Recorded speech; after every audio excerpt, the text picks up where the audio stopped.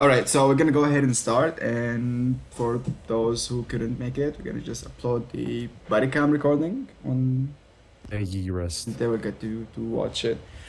I have a couple of quick notes. The meeting shouldn't take more than 30 minutes. And then we have also something to hear from our instructor, let's say, training instructor. But we'll get to that later. I'm gonna start with two documents we recently created. First one is going to be the step-by-step guide. It's been created by Kev Steele, the FTO and officer. The purpose for that document is going to be to point out exactly what the steps are going to be for each one when they get recruited. It's going to be used from recruits and also FTOs to make sure that everyone is basically on the same page. We're following the same procedure, right? So we will go ahead and post it after the meeting in the emails and PD chat. You can all give it a look. If you ever feel you need a refresh or something, you can always go back to that document. Basically, it has all the informations that we went through when we got recruited, basically, and the links to the videos, training videos, and examples for call signs and so on. But mostly, it's going to be used from FTOs and recruits. The second document is going to be LSPD General Inquiry. This form is going to be the method the method that you're going to use to contact with human resource. We do have human resources. We have two members right now. The first one is Sergeant Reno. The second member is going to be Officer Kev. Each one of them would have roles to do within the human resources team. The form, when you fill it, basically, whenever you have a problem with another officer or a personal issue or anything you would like to discuss with the staff member, you can always use this form. Basically, you would submit looks like an application, and within 3 days, Kev, or if we in the future have another member, they would get in touch with you and set up an appointment so you guys can sit and talk. Either you want to complain about something or describe a certain situation, incident, a problem, whatever happened. All right, is there any questions so far? 10-2. No. Cool. Okay, I'm going to, oh my God, going to move to the next point, which is requesting backup that the way we do it currently. So we all have been there. You request backup and you end up with 5 officers showing up to back you up on a normal traffic stop. We would like to avoid that as much as possible, and until we have dispatch running fully and functioning in a perfect way, we're gonna use the forward way, let's say. So you are in a situation on a traffic stop and you have time to go on your GPS and see who is the nearest officer. I'm not saying in scenarios where you are getting shot at or in scenarios where you are driving, trying to pursue it behind someone in a high speed where you really cannot go on your GPS. I'm saying like in standard situations, you pulled someone over and you have reason to believe that he might have, I don't know, a weapon on him and try to shoot you or whatever. So you want to request backup. What you want to do is go on your GPS and see who is the nearest officer to you, regardless of their rank. You can always request backup from any rank. That doesn't change anything, and you would go ahead and request backup from them. So let's say I go on the map and I see 44 is the nearest officer. So 66 to 44, can you back me up at this, blah blah blah, and so on. In that way, we will eliminate the fact that whenever someone requests backup, everyone ends up showing to the scene, and people just have nothing else to do, and yeah. All right, but basically, once we have dispatch functioning, that will change. That will be just our protocol for now. All right, is that clear? Done for. 10-4. All right, perfect. Handful. Next thing is going to be negotiation, bank robberies, and vehicle pursuit. I'm not gonna discuss the training because that's gonna happen soon, but for now, I'd like to discuss some points of that. So first of all, negotiation. We have had multiple situations where officers or whatever rank, just arrive at the scene and start negotiating immediately. We don't want that to happen this fast or this way. We want to do it in a professional way. that involves communication between all members. So if you arrive at the scene, you must at least wait for 1 or 2 units to get there and back you up in case something happens. If in case you want to start negotiation and then they hold you at gunpoint or whatever scene happens, you need to wait until other units arrive. And also, going for the negotiation, you would need permission for that. Just like going for the gunshot or whatever, unless you are in danger, obviously. But to go ahead and start the negotiation, you would need permission from a commanding officer. Mostly it's going to be a lieutenant, but if you don't have a lieutenant available, it's going to be a sergeant. Basically, if you're an officer, it's going to be a sergeant who's going to give you the permission. At worst case scenario, if you have no higher up on duty at that point, and you want to go ahead and respond to the bank robbery and start the negotiation, okay, make sure you're doing it the right way. Make sure you wait until the other units arrive, and once they arrive, go ahead and start the negotiation. All right. Next I got a question. point. Okay, go ahead. Are we gonna have at some point have negotiations, trainings, and things like that? Yes. Yes, you will have. All right. Don't worry. We're going to have training for literally everything. I'm glad. Perfect. All right. So, any other questions so far? Tempting. Okay. Next point is going to be bank robberies. And bank robberies, I mean by that, us responding to any active bank robbery. So basically, we all know in this city, we have a rule which is only 4 criminals can go and hit a bank and do a bank robbery. For us, there isn't really a rule so far, but that doesn't mean we should all go respond to whenever there's a bank robbery and we have, let's say, 8 or 10 or 15 officers available and they all go respond to the bank. That wouldn't be fair. And in a way, that would be broken also. That wouldn't be fun for us because it's going to be easy mostly unless we all fuck up. And that is also possible. So that's why we came up with this rule. If we have a bank robbery for the banks we currently have, I'm not talking about the big bank, for the banks, the 3 ones we currently have, or 4, only 6 ground units can respond to the same bank robbery. If we have an air unit available and air unit doesn't have any other call to respond to and wants to attach, that would be perfect. But for the ground units, only 6 ground units can respond to the same bank robbery so far. You want to ask, Phil, or? I'm Herman, but yeah. Herman. Yeah. I mean, cadets included, so 6 ground units or 6 cars? No, cadets are not included. Okay, so only officers and above. Like Yeah, officers and above. 10-4. Affirmative. Alright, and whenever we have a bank robbery, let's say we have 15 or 12 officers on duty, all right? And you have a bank robbery, so 6 officers are gonna go ahead and respond to that bank. We will go ahead immediately and change the frequency so we don't get lost like in the radio and gets really crowded and everyone is just talking about certain thing or a different scenario. We will set 278 as our standard, let's say, bank robbery frequency. Okay, we're not gonna change it until it gets exposed, until civilians know that this is the frequency we use for bank robberies. But for now, it's gonna stay our frequency. And also, if you are on duty and you have your radio on and you have your normal frequency on and you want to switch it, the fastest way to do it, if you don't want to press or flex your shift muscle with the F6 muscle, you can go ahead and type /frequency space the number and then hit enter. Once you do that, your frequency will automatically be switched to the number you entered.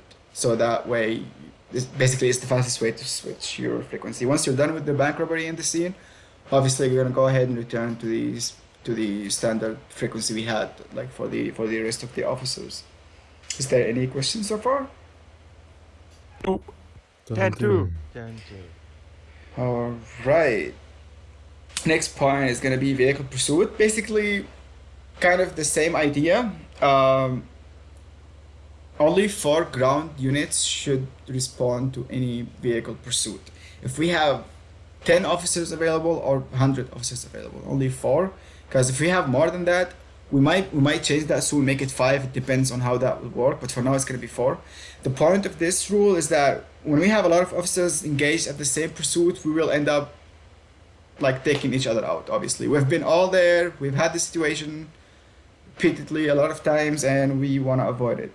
So let's say 420 is currently in an active 1080 and he wants backup. Only 3 other units will respond.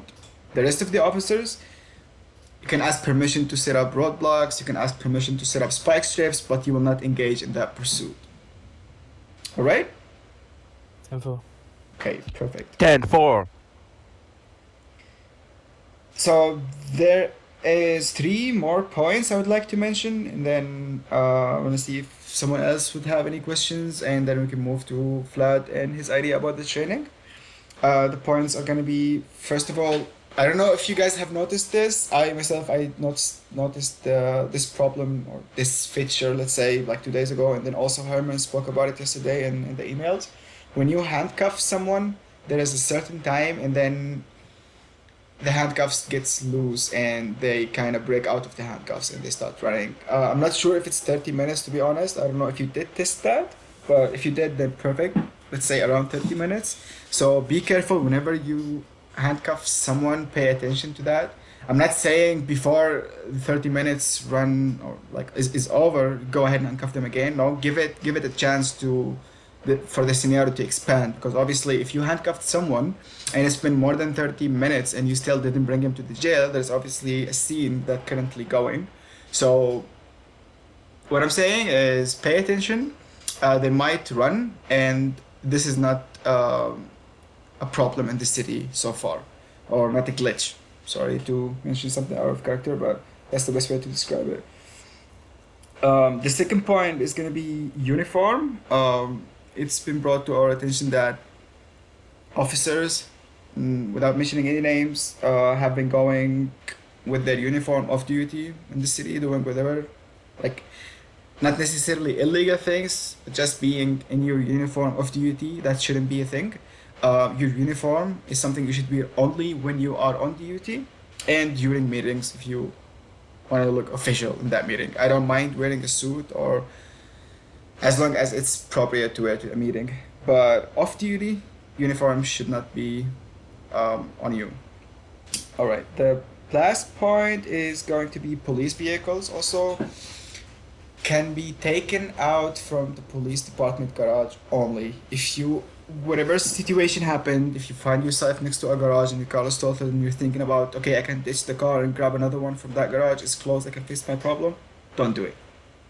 Police vehicles can only be taken out from the police garage, and that makes sense, in my opinion. That's how we should do it. Basically that's all the points I wanted to talk about it. Do you guys have any questions or anything you want to add to that before we move to Vlad? You're sexy as fuck. With the garages, PD garages, is there only one garage in the whole city? Okay, perfect. Also, doesn't matter if it's 1 or 100 garage, it doesn't not matter. Police vehicles can only be taken out of the police department, because we had multiple officers and even higher ups who have been using Legion Garage to take out their police cruisers, and that doesn't make any sense. Oh, I know that. I mean, my question is there more than one police garage? No, there's only the one in Mission Row. Okay. Currently, I didn't know if there was like, one in Sandy or not. there is There is another one. garage. There is by the sheriff department up north, I think in Sandy Shores, it's called, I believe, and the Yeah. new police department. But these departments are not officially opened yet, so it wouldn't make sense if we take vehicles out of these departments. For now, we're just gonna stick with Mission Row Police Department. If your car gets totaled and you're in a bad situation, just go for a mechanic or call for backup. Yep. If your colleagues might have repair kits and so on. Alright. All right. Is there any other question? Nope. No.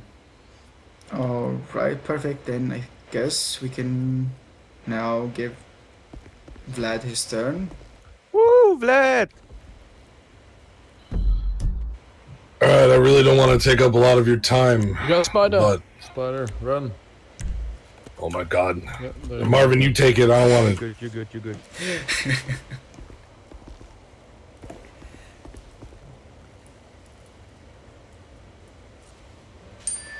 All right. This is something that I have created, but also have been dealing with and talking with Marvin about training for PD.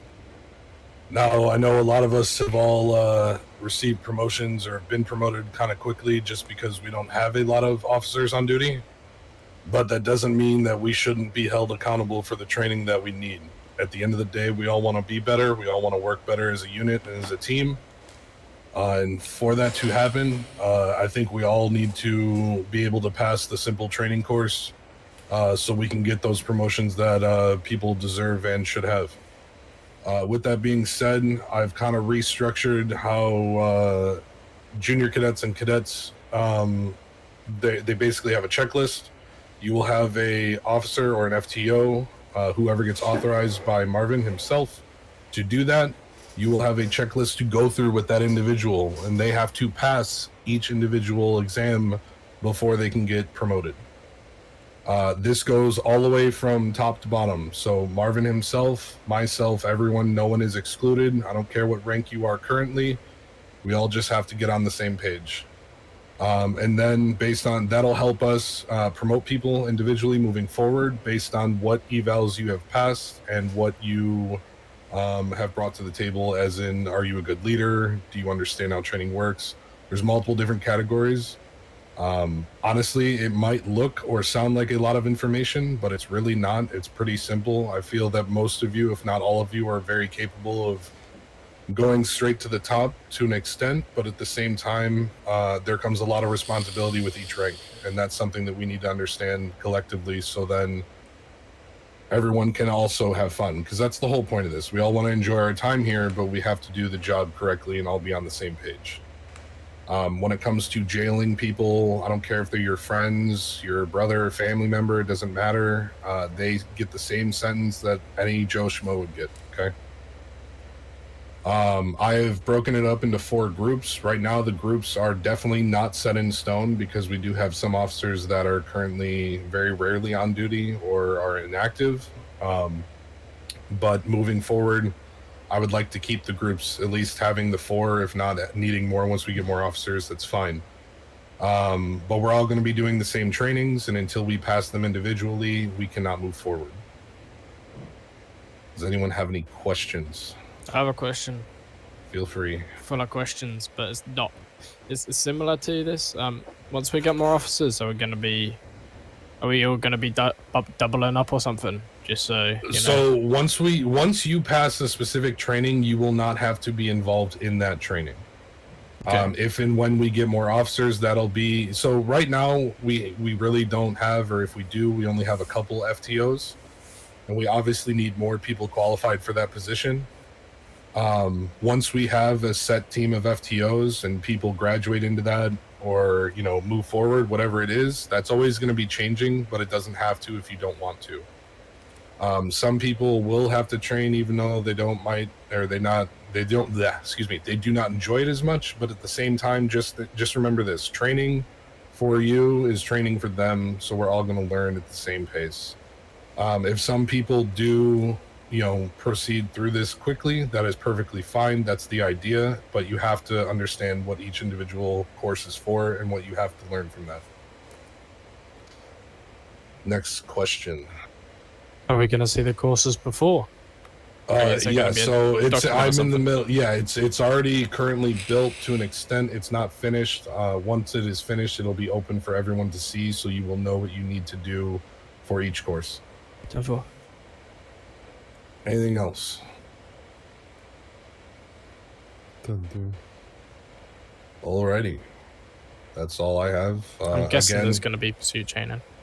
There's a lot. There's going to be 10 code training. There's going to be radio training. There's going to be vehicle training, pursuit training, weapon training, bank training. I mean, there's a lot. I can go on and on. But again, these trainings, so the whole point of the groups, I will explain that since I didn't. The whole reason why I broke it up into groups is because, at least from my experience in the past with larger training groups, people start messing around, people don't take it very serious, and then half the information gets lost. It's very easy for someone to take notes on these trainings and then just read off their notes as if they actually know what they're talking about. So I separated each group based on your time zones as best I could. Again, if we do have to adjust something that's not set in stone, if someone doesn't get along with someone, or if someone doesn't, enjoy being around that individual for whatever reason, I hope that's not the case here. But if it is for any reason, feel free to let me know and I can adjust that accordingly. You can do it anonymous. I don't care. And there's just the whole point of this is to make us all better, so that when we're on the radio, when we're doing our job on a day-to-day basis, there's no more questions. Questions are never a bad thing, but simple stuff we shouldn't have to ask. You should already know that. Anything else? Woo. All right, Don't do that is it. Woo, Vlad! Alright. Fanboy. Alright, boys. Basically that was it. If you have any questions, now the time. If that's it, we can all dismiss the meeting and go and patrol on duty. 10-4. 10-4, 10-4. And lastly, one last thing for the training. If anyone does have any other ideas or wants to bring something to the table, feel free. I am not a dictator and I do not want to do this on my own. He's lying to you. 10-4. I'm joking. Vlad's a very nice person.